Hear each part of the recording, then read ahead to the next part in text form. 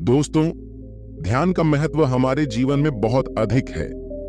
महात्मा बुद्ध की एक प्रेरक घटना से जुड़ी हुई एक कहानी हमें यह समझाती है कि कैसे सही फोकस और समर्पण से जीवन को सफलता की ऊंचाइयों तक ले जाया जा सकता है। एक समय की बात है, महात्मा बुद्ध अपने शिष्यों के साथ उपदेश देने के लिए दूसरे नगर में जा रहे थे। काफी दूर चलने के बाद सभी शिष्य थक गए और उन्होंने फिर महात्मा जी से कहा, गुरुजी, यदि आपकी अनुमति हो तो कहीं रुककर कुछ देर आराम कर लें। वत्स, हम कोई उपयुक्त स्थान ढूंढेंगे और वहीं विश्राम करेंगे, महात्माओं ने कहा। कुछ देर चलने पर उन्हें खेत दिखाई दिया। खेत में एक छोटा लड़का और एक बूढ़ा आदमी जुताई कर रहे थे। हे सज्जन, क्या हम यहाँ कुछ देर आराम कर सकते हैं? महात्मा ने बूढ़े व्यक्ति से पूछा। उस बूढ़े ने महात्मा को पहचान लिया और हाथ जोड़कर उनका अभिवादन किया और कहा, अरे महात्मा जी, यह हमारा सौभाग्य है कि आप हमारे योत पर आए।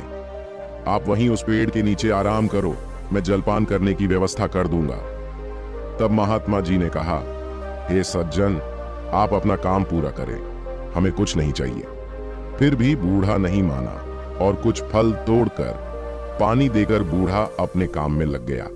फिर सभी शिष्यों और महात्मा जी ने फल और पानी लिया और सभी वहीं आराम करने लगे। फिर बूढ़ा आदमी अपना काम करता रहा। फिर बूढ़े का पोता काम करते करते थक गया और मन ही मन सोचने लगा कि अभी तो आधा खेत ही जोता है, आधा खेत अभी बाकी है। अब मैं थोड़ा आराम करूंगा और फिर आधा खेत जोतूंगा।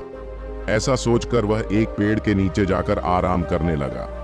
पेड़ की ठंडी हवा से बूढ़े आदमी के पोते की आंखों पर असर पड़ा, लेकिन बूढ़ा आदमी काम करता रहा। फिर जब तक बूढ़े का पोता सोकर उठा, तब तक बूढ़ा पूरा खेत जोत चुका था। वह दृश्य महात्मा जी और उनके शिष्यों ने देखा।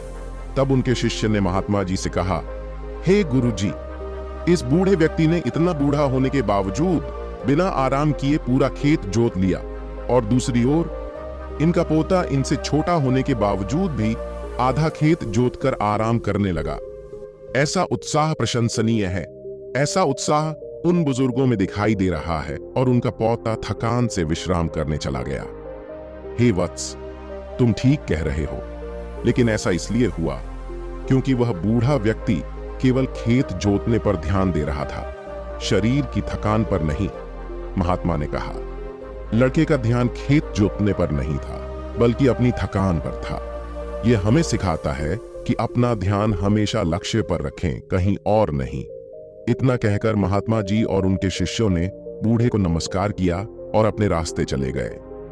निष्कर्ष, इस कहानी के माध्यम से हमने सफल जीवन के लिए ध्यान और समर्पण के महत्व को देखा।